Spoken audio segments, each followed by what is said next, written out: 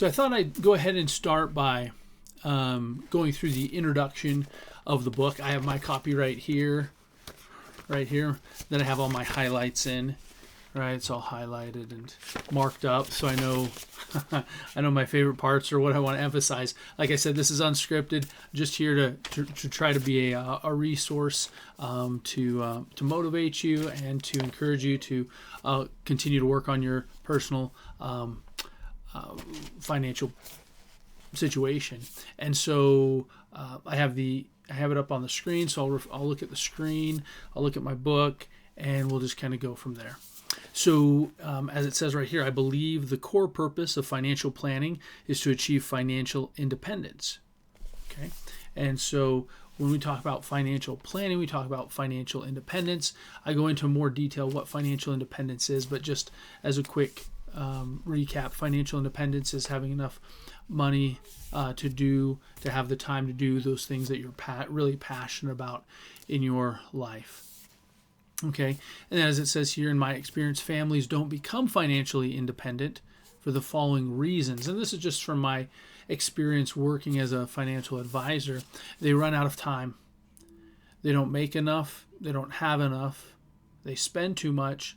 They lack financial education. They experience unfortunate catastrophic events or simply don't try hard enough. Okay. And it says here, I wanted to address these issues to help more people achieve greater levels of financial independence than they otherwise would.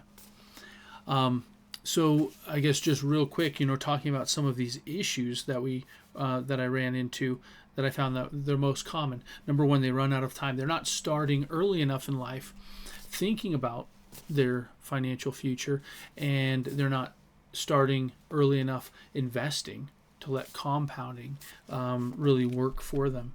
They don't make enough money, right? They don't get enough education or have enough entrepreneurial know-how to go out and make enough money so they have money to put away.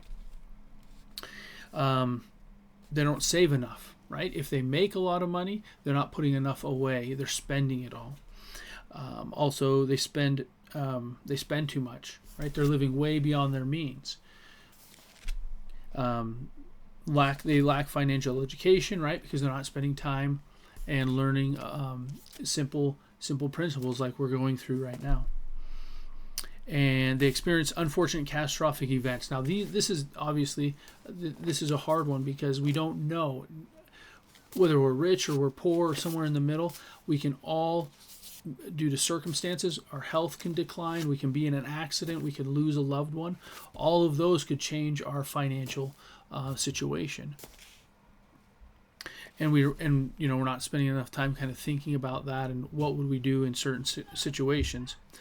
And then they simply don't try hard enough, right? They decide they don't put in the time to learn some of the basics that would make a big difference, right? Like I said, the book is not thin. If you spent some time just reading this one book and that's all you did, I believe that you would be, and you applied it, right? You have to apply it. You'd be in a far better situation. And if you read no other books, right? I encourage you to. In here, I have a list of other books to read, but if this is the only book you read, I think it would put you in a better financial situation. Kind of going on into the next paragraph, it says, in this book, I describe a conservative method to reach financial freedom and also provide additional ideas regarding condensing the time it takes to achieve financial independence. And business speaker Harvey Mackay said, quote, time is free but priceless. You can spend it, but you cannot store it. Once you have used it, you can never get it back, close quote. So time is a finite resource, and for this reason, by achieving financial independence as soon as possible, you can use as much of your remaining time left on this earth in the most purposeful and rewarding ways imaginable. And that's really what we want for you, right? Financial independence is not the end, right? Just becoming financially independent isn't kind of what we're trying to get at the end of the day. We're trying to leverage that financial independence so then you can go out and fulfill your life's purpose. Before you begin reading, I'd like to remind you that this is one thing I'd like to remind you that it is one thing to read a book and another to internalize it.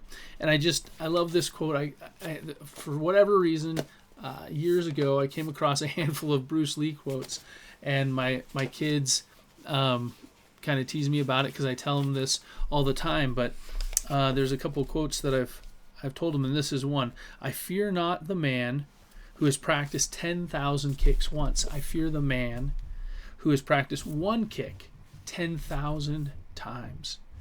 Like the development of muscle memory, the lessons in this book must become part of who you are. I recommend reading it 5 to 10 times. Read it at least 3 times over a few months, then at least once every year going forward until you are living what you have learned. This is a life principle. I know it's pretty simple, but it's this remembering, this muscle memory that I talk about, so that it becomes part of who you are, right? It's ingrained into you. I think if we read something one time, we don't fully take in all of it. But if we read something over and over and over, and basically we have it memorized to some degree, then it becomes part of who we are. And if we believe what we're reading, we'll internalize that, and then we'll be able to actually live those principles and those ideas in our own life. So that's the first part of this financial planning or financial literacy series.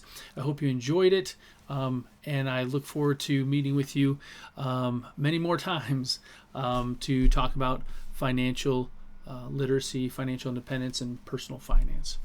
Take care.